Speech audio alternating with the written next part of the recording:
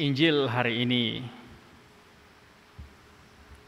sedikit sukar untuk kita fahami ataupun juga mungkin mempunyai maksud yang sungguh mendalam. Banyak perkara-perkara yang tersirat di dalam pewartaan Injil pada petang hari ini, saudara dan saudari. Namun perkara yang mudah untuk kita mengertikan ialah tentang Yesus yang akan menyatakan dirinya kepada kita.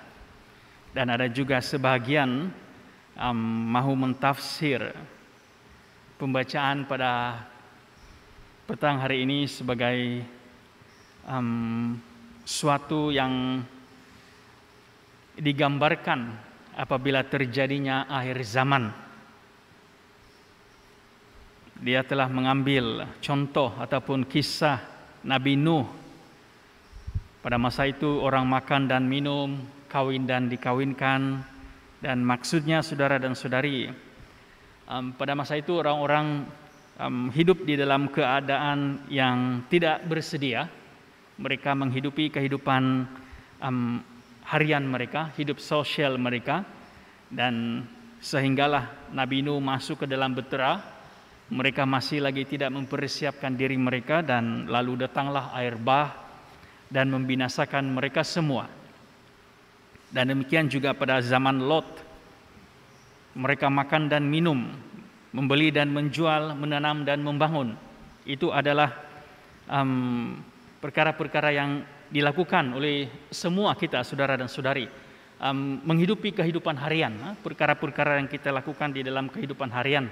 Dan sehinggalah kita terlalu sibuk kepada perkara-perkara itu dan kita lupa bahwa kedatangan Tuhan itu sentiasa mendekat. Dan sampailah hari Lot keluar dari Sodom dan turunlah hujan api dan belerang dari langit.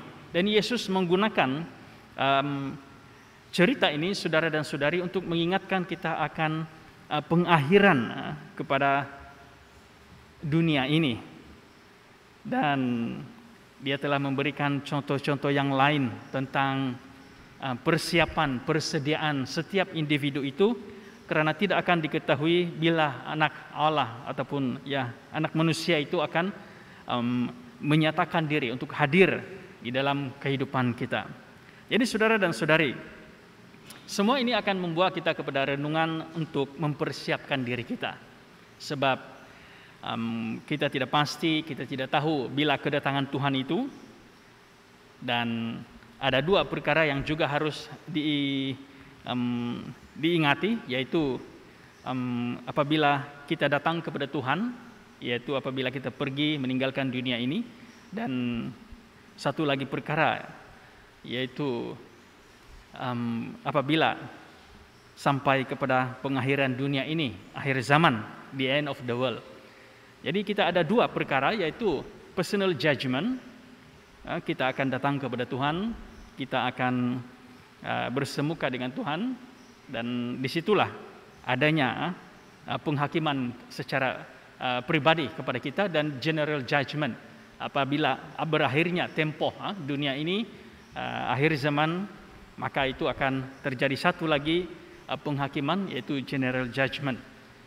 Namun begitu saudara dan saudari, kita tidak perlu untuk merasa risau, merasa takut kepada perkara-perkara ini, pengakhiran kehidupan kita dunia maupun pengakhiran akhir zaman dunia itu. Sekiranya kita sentiasa berwaspada dan bersedia. Dan kesediaan kita itu, saudara dan saudari, bolehlah kita ambil bukan saja di dalam penglibatan kita, di dalam apapun yang kita lakukan dalam hidup rohani kita, tetapi juga secara berkomuniti. Kita mempunyai relasi dengan Tuhan, mempunyai hubungan dengan Tuhan di dalam in our personal prayer, doa-doa pribadi kita. Namun itu tidak mencukupi di situ sahaja, karena kita juga harus hidup secara berkomuniti. Kita adalah satu gereja, umat Allah itu adalah gereja, dan kita harus juga diajak untuk melibatkan diri semampunya kita di dalam setiap kerja-kerja community dan berpartisipasi di dalam kehidupan rohani gereja kita itu. Sebab itulah yang kita doakan di dalam intensi kita pada petang hari ini, yaitu semoga kita umat di paroki, khusus di paroki Santo Martin ini benar-benar dapat berpartisipasi, dapat menyatukan diri, dapat melihat hala tuju rohani gereja kita, gereja tempatan kita khusus di paroki kita ini, dan membawa perdamaian antara satu sama lain, supaya melalui perdamaian itu, rekonsiliasi itu, kita benar-benar mampu berjalan bersama.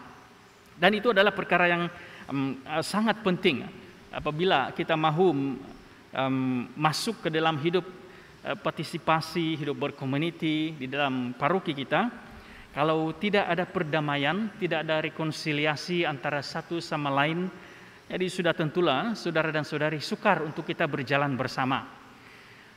Kita melihat di dalam kehidupan keluarga, sekiranya tidak ada perdamaian, tidak ada rekonsiliasi di dalam anggota keluarga itu pun sukar sekali untuk mencari kesepakatan di dalam hidup keluarga, masing-masing dengan